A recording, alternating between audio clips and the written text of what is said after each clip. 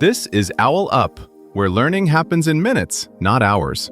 For a deeper journey, explore all our courses at owlup.co. Now, let's dive in.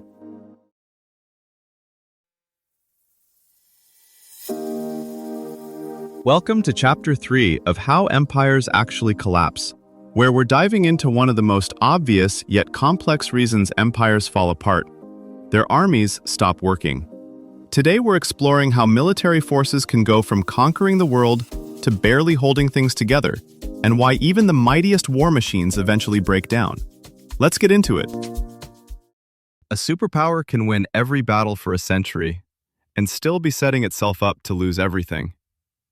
In this episode, we'll step inside the quiet moments when empires decide to add just one more base, one more frontier, and unknowingly start the clock on their own collapse. By 400 CE, roughly 3 out of every 4 Roman state coins were going straight to the army's payroll. That isn't a defense policy, it's a slow-motion hostage situation. In this episode, we're looking at the moment when military protection quietly flips into economic predation, when security stops being a service and starts being the entire business model. We'll trace how great powers slide into this trap, the extra legion that becomes a permanent expense, the base that demands its own base to protect its supply route, the weapons program that can't be canceled without political fallout. Like an orchestra adding more and more instruments without hiring extra stagehands, the sound gets louder, but the whole performance becomes harder to coordinate, tune, and move. Our goal isn't moral judgment, it's to understand the mechanics of overload before the system snaps. Here's the twist. On paper, none of this looks reckless. Each new base comes with a clean spreadsheet, a projected timeline, and a reassuring briefing slide. The danger hides in what isn't on the slide: the duplicated fuel depots, the extra maintenance crews, the secure communication links that all have to be protected in turn.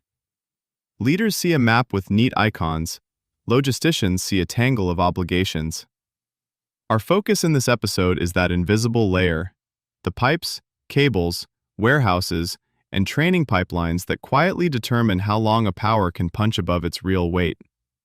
By the time an empire realizes it's in trouble, the budgets are usually still passing, the factories are still humming, and the headlines still say, largest, strongest, most advanced.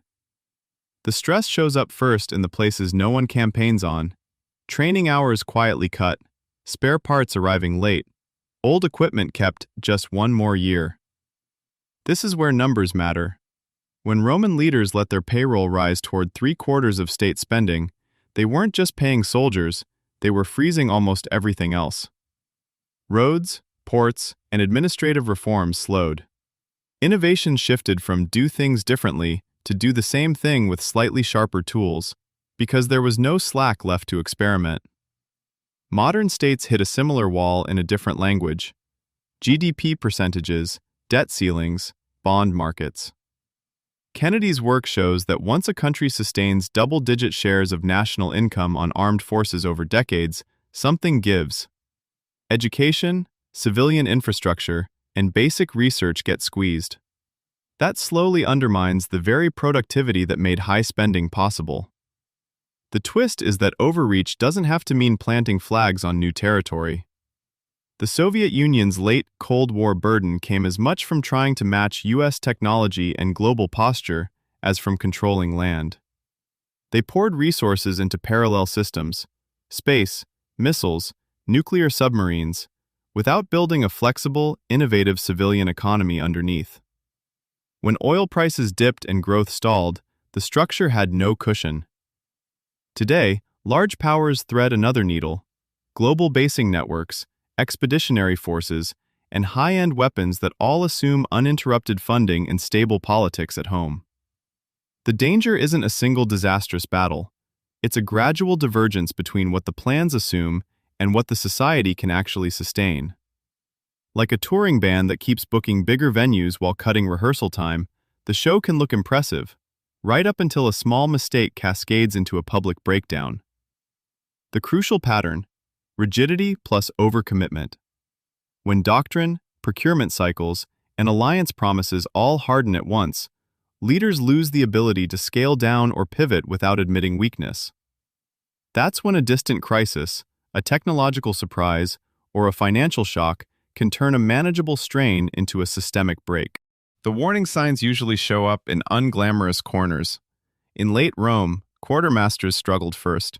Horses went unfed, boots arrived late, garrisons quietly bartered with locals to fill gaps. In the 1980s, Soviet pilots logged fewer flight hours while spare engines sat waiting on parts that never came. These weren't headline disasters.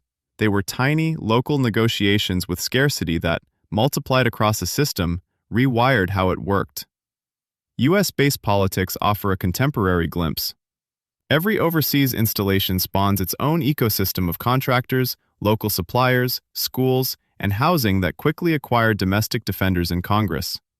Shutting one down stops being a strategic choice and becomes a fight against hundreds of small, rational interests that now depend on that outpost existing forever. Doctors see something similar with patients on many overlapping medications. Each new pill solves a short-term problem, but raises the risk of interactions no one fully tracks until something fails in an ER at 3 a.m. As cyber tools, drones, and AI-guided strikes spread, the most expensive hardware becomes easiest to neutralize. Rivals can rent code instead of building fleets, and small states can crowdsource intelligence in real time. Climate shocks pull units into disaster relief just as domestic voters demand social spending.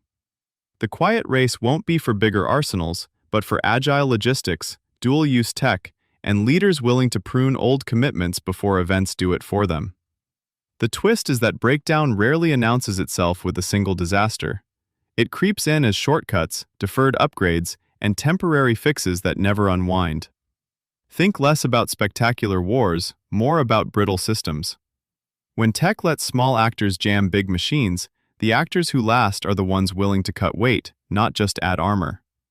Before next week, ask yourself, where in my daily life am I still operating like I'm deployed, hypervigilant, emotionally shut down, or scanning for threats? And what would it look like to experiment with standing down for 10 minutes a day? For example, going for a walk without a podcast, sitting with my back not to the wall, or letting someone else drive. When I hit a military breakdown moment, anger spike, numbness, or feeling useless, what usually triggers it? Certain noises, crowds, authority figures, feeling idle. And what's one alternative response I'm willing to try next time instead of defaulting to mission mode or withdrawal?